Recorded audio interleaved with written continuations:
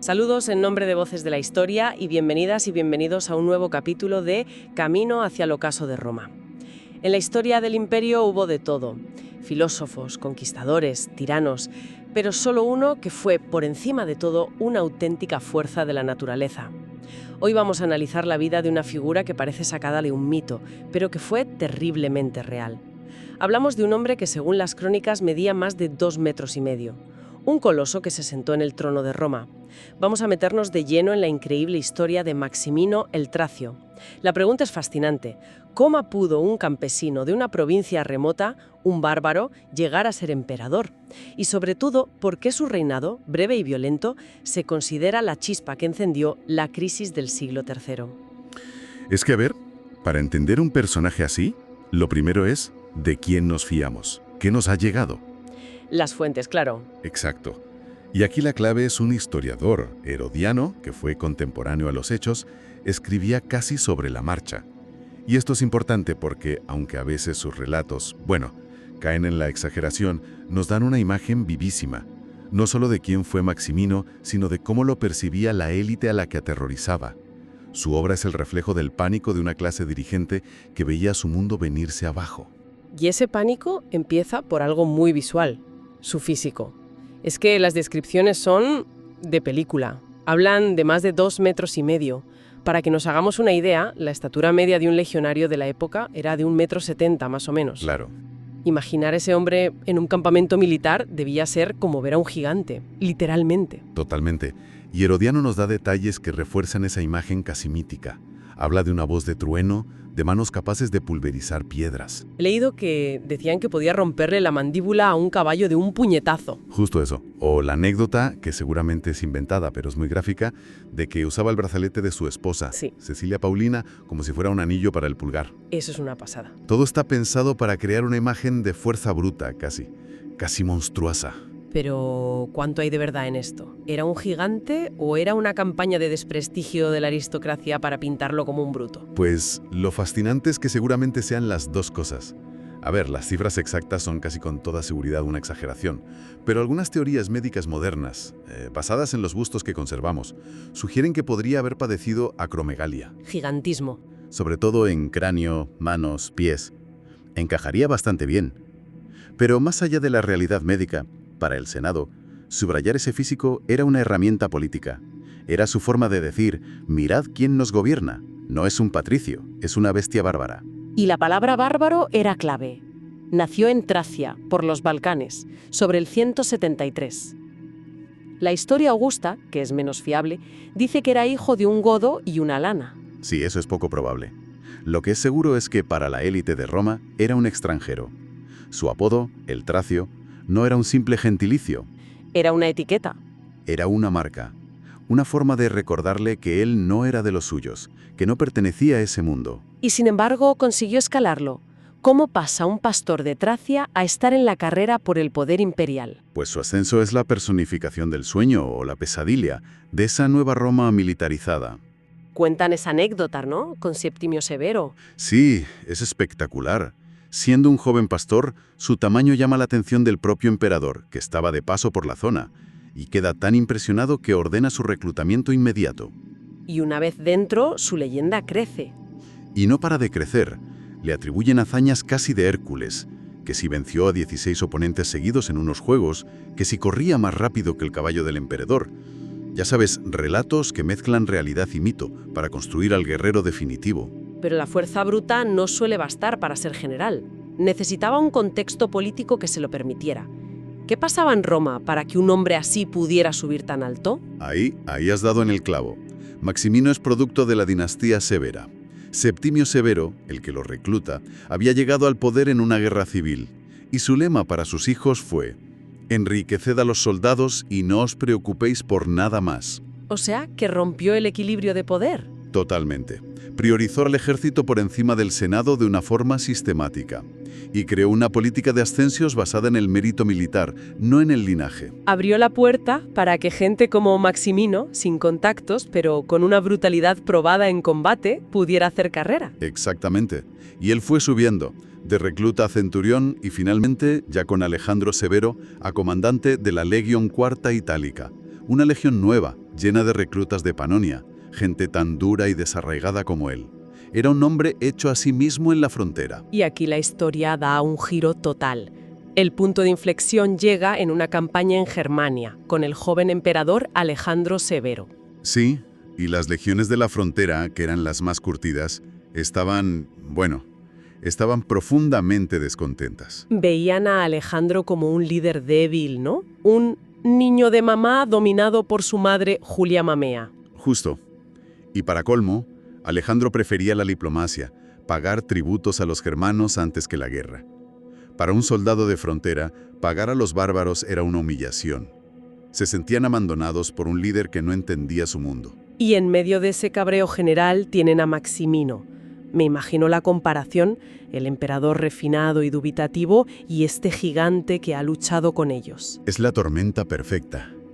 Los soldados veían en Maximino todo lo que Alejandro Severo no era. Era uno de los suyos, un guerrero puro. Y en marzo del 235, en el campamento de Mogontiacum, la actual Maguncia, la paciencia se agotó. Se amotinan. Se amotinan, asesinan a Alejandro y a su madre. Y entre el clamor de los escudos, proclaman emperador a Maximino. Un momento, que esto es un cambio radical. Entiendo que la guardia pretoriana ya había matado emperadores, pero esto es distinto. no es una conspiración de palacio, es un ejército en campaña eligiendo su propio jefe. ¿Cómo reaccionó el Senado? Con pánico y resignación. A ver, ponte en su lugar. El emperador legítimo muerto. Las legiones más poderosas del imperio, en pie de guerra, y han aclamado un nuevo líder. ¿Qué podían hacer? Nada. Declararle la guerra a su propio ejército. Estaban atrapados. Tuvieron que ratificarlo a regañadientes. Fue una formalidad para mantener una apariencia de legalidad que ya no existía. Así que por primera vez, un hombre sin pasado senatorial ni ecuestre, un soldado de campo, es emperador solo por la voluntad de las legiones. Y Maximino lo sabía. Sabía que lo despreciaban. Por eso tomó una decisión que lo dice todo. Nunca pisó la ciudad de Roma en todo su reinado. Vaya. Gobernó desde la frontera, desde el campamento militar. Su corte era una tienda de campaña. Fue el primer emperador de barracón. ¿Y como emperador soldado fue eficaz en lo suyo, en la guerra? Sorprendentemente sí. Se puso manos a la obra y lanzó campañas exitosas por el Rin y el Danubio. Derrotó a germanos, sármatas, cumplió con lo que sus soldados esperaban. Pero claro, la guerra es muy cara. Carísima. Y aquí está la pregunta del millón. Para mantener a esas legiones contentas, no solo les da victorias, sino que, dicen, les duplicó el sueldo. ¿De dónde sacó el dinero? Pues esa es la pregunta que se hizo el Senado, y la respuesta les aterrorizó. Maximino no se anduvo con rodeos. Vio a la aristocracia no como una clase a la que respetar, sino como una caja fuerte que podía reventar. Uf. Inició una política de confiscaciones e impuestos tan agresiva contra los ricos que para ellos no era fiscalidad, era un saqueo. O sea que se inventaba conspiraciones para quitarles el patrimonio. Exacto. O vaciaba los tesoros de los templos. Para él, Roma era simplemente una fuente de financiación para su máquina de guerra. Estaba librando una guerra en dos frentes. Uno contra los germanos y otro contra la élite en Roma. Exacto. Y esa fue la chispa que encendió la rebelión. La situación explotó en el año 238, el que se conocería como el año de los 6 emperadores. La revuelta empezó lejos, ¿verdad?, en África. Sí, en la provincia de África. Unos terratenientes ricos, hartos de las extorsiones de un funcionario de Maximino, se levantaron en armas. Fueron a ver al procónsul, un anciano respetado de 80 años llamado Gordiano, y casi le obligan a proclamarse emperador. Y él nombró a su hijo Gordiano II. Eso es. Y el Senado en Roma, que llevaba meses conspirando, vio su oportunidad. Apoyó a los gordianos y declaró a Maximino enemigo público. La guerra civil estaba servida. Ya era un hecho, sí. La respuesta de Maximino, claro, fue la que cabía esperar: furia y fuerza bruta. Marchó sobre Italia. Reunió a sus legiones y marchó sobre Italia. Y la rebelión de África, la verdad, fue un espejismo. El gobernador de la provincia de al lado, que era leal a Maximino, la aplastó en días. Gordiano II murió en batalla y su padre, el anciano, al enterarse, se suicidó. Habían sido emperadores apenas 20 días. ¡Qué desastre para el Senado! Debieron sentir un pánico absoluto.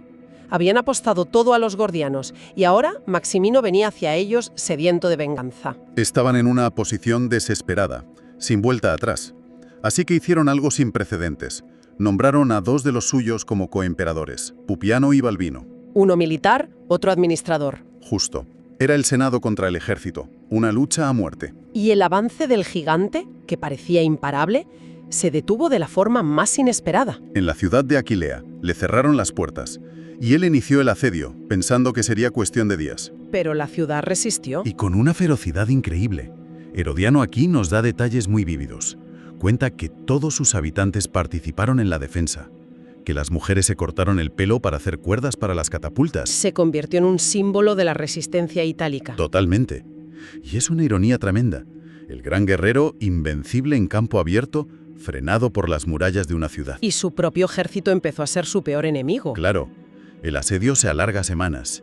El hambre, las enfermedades, el desánimo, los suministros escaseaban. Y encima, los defensores, desde las murallas, se burlaban de él a gritos.